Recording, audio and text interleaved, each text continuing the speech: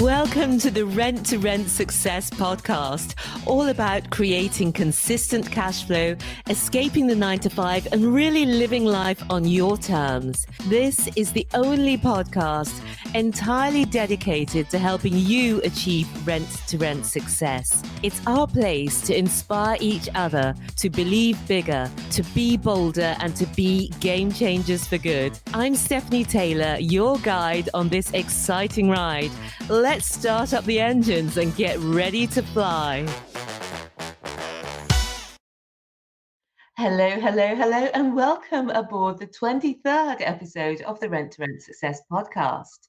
And today is a very special episode. We have a guest with us, and we're going to be talking about the one thing that you must do, which many people aren't doing, when you take on a rent-to-rent property. And I think you're really going to get a lot of value out of this episode. So if you're just joining us today for the first time, do go back to episode 1, because the episodes build on each other to give you the full picture of rent-to-rent success. And if you enjoy the podcast, please do subscribe and review. It really does mean the world to us. So let's dive into today's episode. And today we are joined by Sarah. Hello, Sarah. Hi, Stephanie. How are you? Good, thank you. It's great to have you with us. Now, Thank Sarah emailed and told me of a situation that has happened to her. And I was really keen to let you know, because I think it's something that all of us should consider. And this thing is that many of us don't check. So Sarah, I just want you to talk about what happened to you and the importance of checking land registry. Sure, Stephanie. Yes, my situation is that a few years ago, I lent a well-known property investor some money on a contract. And to secure that loan, I was issued what's called an RX1. Now, this is a form which was all new to me at the time. Although I had many years of experience in property, again, it doesn't. When we start on a new adventure, we always learn new things. So this RX1 was a registration to make restriction with land registry, so that this secured my loan that I was actually giving to this gentleman. Unfortunately, the situation with the loan hasn't gone according to plan, but that's a different sector. For me, I just want to emphasise to people who are buying property, or more so have bought property, the importance of making sure that land registry, which is so easy to find on a website, to check that you are the registered title owner of a property you've purchased. During the conveyancing process of buying a property or taking out a contract, which maybe one of your rent-to-rent property people will be doing, it's just really important to make sure that you are actually dealing with the owner of the property. Restrictions are put on properties for a number of reasons, mainly because someone has lent against that property, which is what happened with me. It's a positive step in your property journey, because things can go terribly wrong, which is what has happened to me and I'm still dealing with. So when I actually found out, I received a letter from a solicitor from someone who'd bought a property telling me that they could not register the title for their client. What this meant was that there was a restriction on the title, and therefore would I sign to release that restriction? Of course, this was a shock to me, because I hadn't been contacted at all. Because when restrictions on a property, if it's to be sold, then any restriction person is contacted to see that they would maybe release that restriction. For myself, it would have been that the loan would have been paid off. So obviously there was no way I was going to sign or release a restriction until my loan was paid off, which it hadn't been. Sarah, can I just interject just a minute just to clarify what's happened here, because people who are new to this might not have been following along. So I just want to summarize, and you can tell me at the end, Sarah, if this is correct. But you lent a large sum of money, I think we can say. I don't know if you want to say ballpark how much. Quite a lot. Quite a lot, yes. It was quite a lot of money. Yes, a lot of money. There was a couple of noughts on the end. Yeah, 6 figures. Yeah, so Sarah lent this 6-figure sum to the well-known property investor. And then as part of that, she was promised that an RX1 would be put on the property. This means that Sarah's interest will be registered against that property. And what that should mean is that that property can't be sold before that £100,000 is paid off. Yes, that's correct. Brilliant. What Sarah's then gone on to explain is that the property was sold and Sarah's money was not repaid.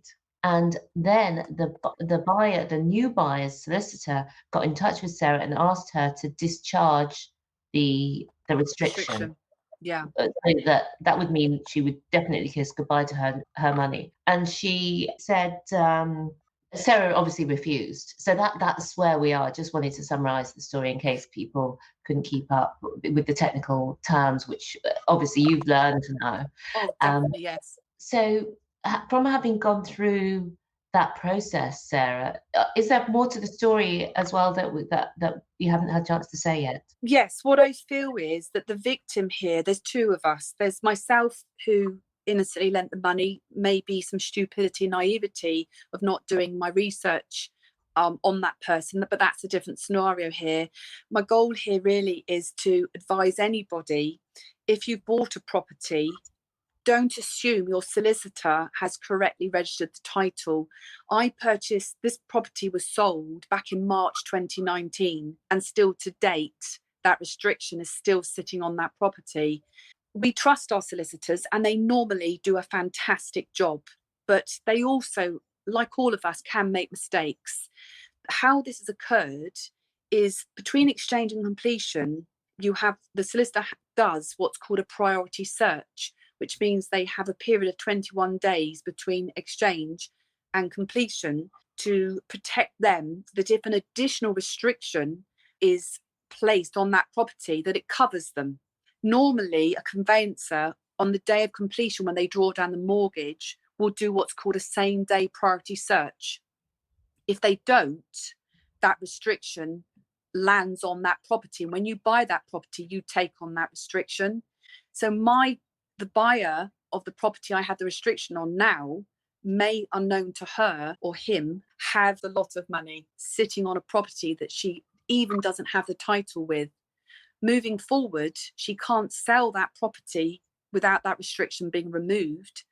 Mm-hmm. Equally, if she comes to remortgage the property, she won't be able to, because the mortgage company still may not be aware of that restriction, because originally the payment of the mortgage is done and dealt with by the solicitor and passed to the buyer. So if there's a message that can be given through what's happened to me, please, please, please do go on to landregistry.com, key in your postcode, pay the £3. It's literally £3 to check that you are the registered owner of the property. If you're not, go back to your solicitor and ask them why. And if they don't give you the right answer why, because there's no reason why you shouldn't be on that title, contact the SRA and ask, or an independent solicitor, and ask them to give you advice, because there could be someone who's trying to cover up and hope it goes away, and it won't. And we're not talking about a little bit of money here. We're talking about a serious amount of money. And if you can't remortgage and the mortgage company call that money in, it could be quite a nasty shock. And I hope that people would just check. It's worth it. It's £3 literally on Land Registry. And it's actually quite a nice feeling when you do look on Land Registry, when you've excitingly bought that first buy to let, to see your name there. It's quite nice. But if it's not there, please, some alarm bells need to be raised. Thanks for being on board today. And you know what Steph would love more than a cute dash-hound photo on Instagram? It's you. She'd love to hear from you about what's stopping you getting started, about what rent-to-rent wins you've had this week. Slide into her DMs. She's at Stephanie T Property on Insta, or just click rent2rentsuccess.com/Insta. That's rentsuccess.com/Insta, and it'll take you straight to her profile. Now more than ever, life is all about staying connected. So let's talk. Yes, I absolutely agree. You need to make sure that you see the title as part of the process, that you can check on yourself. We'll put the link to the land registry where you can check the title. You were also mentioning that you were talking to a number of really big investors, been invested for many years, many properties, and talking to you caused them to go back and check and find that in some cases they hadn't been registered on the title. That's correct. For example, when you're first learning in property, there's so much to take in. Even myself, today I'm still learning so much from so many people. And that's why training is absolutely vital, and to link with people that have walked that journey already, because knowledge is power. It's so important. Mm-hmm. And buying property is not we're all dealing with our life savings or hard-earned money, so it can have a detrimental effect to people. So I spoke to many property investors, my journey, and obviously I've reached out to them to get a lot of support. Only when I've talked so clearly about the importance of land registry, many of them said, I haven't checked myself, and they've gone away. Some people might not like using the computer, or they haven't got time, they're busy doing refurbs. And then they sit down quietly and they've gone through maybe quite a large portfolio and checked each and every one and come up with some surprises and realised that maybe there was a restriction or a notice on the land registry that they hadn't been made aware of at the time of purchase. And their solicitors are answerable.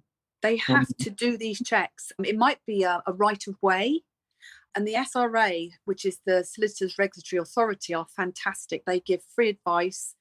And you can see that one of their number one complaints against solicitors is associated with property and the purchase and lack of checking of restrictions associated to a property that you've now purchased. And compensation is quite huge. So some of them are gaining an extra £50,000 on top, plus, if the correct restrictions and searches were not carried out. And solicitors do have indemnity insurance. I'm not asking for everyone to start going out and start suing a solicitor. That's not what my message is here. It purely is to ask people, just make sure what you've bought is rightly yours and you are on that title. It's such good advice. And one other point that I want to highlight here is that when you lent that money to the well-known investor, they told you that an RX would be put on, but an RX wasn't put on, and months and months and months of checking. And then eventually, Sarah, tell us how it got resolved to put you on there. Yes, again, I trusted this person to do this, but they didn't. So I took ownership of that. A good friend in the property industry guided me and said, you have to get this registered. This is your security against this loan. So I downloaded the forms off the internet, off land registry. It was so straightforward. I completed the necessary documents. I paid my £40. I sent it off. And then I received confirmation from land registry that the restriction had actually been logged. And I hope that there's a happy ending for me at the end of the day, but it's taught me so much that land registry is our friend, is there for the public use. It is there for public awareness. If you're looking to do a rent-to-rent as well, you may happily sign an agreement with what you believe is the owner, and every right to believe it is the owner. But for £3, I would just key in that search engine and just check, because you just don't know what restrictions are there. And it's the restrictions that control the property moving forward. No, that is brilliant. It's such great advice. And I just wanted to bring it back to rent. We're also taking on people's properties and in some cases investing money in them, and certainly time and energy. And so you just want to make sure that you're dealing with the owner of the property, or that the owner of the property knows what's going to be happening and they're not going to come back. There have been cases where people have signed a rent-to-rent agreement with somebody who is not the owner of the property, and all sorts of hardships have come up. If that's happened to you, do drop me a message and let me know. support@renttoRentsuccess.com. So, Sarah, I think we've covered some really important messages there, and I really want to thank you for coming on to share these with us today. Is there anything that you feel that we've not touched upon yet that you would really like to have known? Thank you, Stephanie. We've covered some lovely things today. Some wouldn't like to call them lovely, but some important things. I feel, don't fear challenging your solicitor. When we deal with the law or legal processes, we put our trust in people, but they're human as well. And it could just be a simple mistake. And yes, obviously, their insurance is there to cover their mistakes. But don't fear challenging your solicitor or maybe believing everything they say. You can go back to them and say, I've checked land registry. I'm not on the title yet. I bought it over a year ago. Can you explain why, please? And if you don't get the answer of why you're not the legal owner, which means you can't sell it, then go and get independent advice, or go and call the RSA and ask for their advice, because there are registry boards there to protect you as well. And if you put a lot of money and hard work into a property, you've got to do everything you can to protect yourself as well. So that's great advice, Sarah. And just to remind people, can you tell us again who the SRA is? The Solicitors Regulatory Advisory Board. Again, just Google it. So you've got the legal ombudsman for solicitors, but the SRA is also there as well. So the Solicitors Regulatory Advisory Board, and they're great. You can just call them up, answer their calls, answer any questions with them and advise them what's happened to you, or just say, look, my solicitor kind of hasn't done this and I really don't understand why, and they keep sort of telling me that everything's okay, but I don't understand why I'm still not on a title. And they will advise you, because they act as an impartial person. So they would then contact your solicitor and say that you'd raise a query, but not to fear it. Reputable solicitors would welcome, to explain why, but a title on a property is your right. Absolutely. Okay, Sarah, thank you. Such a good point, such a good thing to remember. Even many well-established property investors with a lot of properties haven't always checked for all of their properties that they are on the title. And just for us, as we're going about our rent-to-rent business or purchasing properties, to always check before signing any documents, paying any money, who the owner of the property is, that you know that you're contracting with the right person. And if it hadn't been for Sarah's foresight, and remember, the person who loaned her did not add her restriction, her RX1. It was only through her foresight to add herself and get the RX1 registered that she even has any claim now for that considerable sum of money. So I just want to thank you, Sarah, for joining us today and sharing this with us to help others to avoid these mishaps. And I really hope that everything works out for you and that you are able to recoup these losses. And I know that there are things coming up in court for you.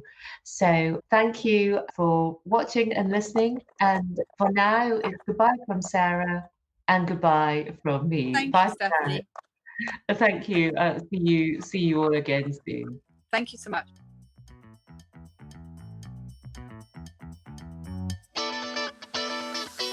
Thank you so much for listening. If you like the links for anything mentioned in today's episode, or if voice is not enough and you want to see us on video too, you can find all the show notes and lots more at renttoRentSuccess.com. That's rent number 2, rentsuccess.com. If you've enjoyed today's episode, we'd super appreciate it if you would take a few minutes to review it in your podcast app. Remember, we'll be donating to our B1G1 charities too for each review you give. Until then, believe bigger, be bolder, be a game changer.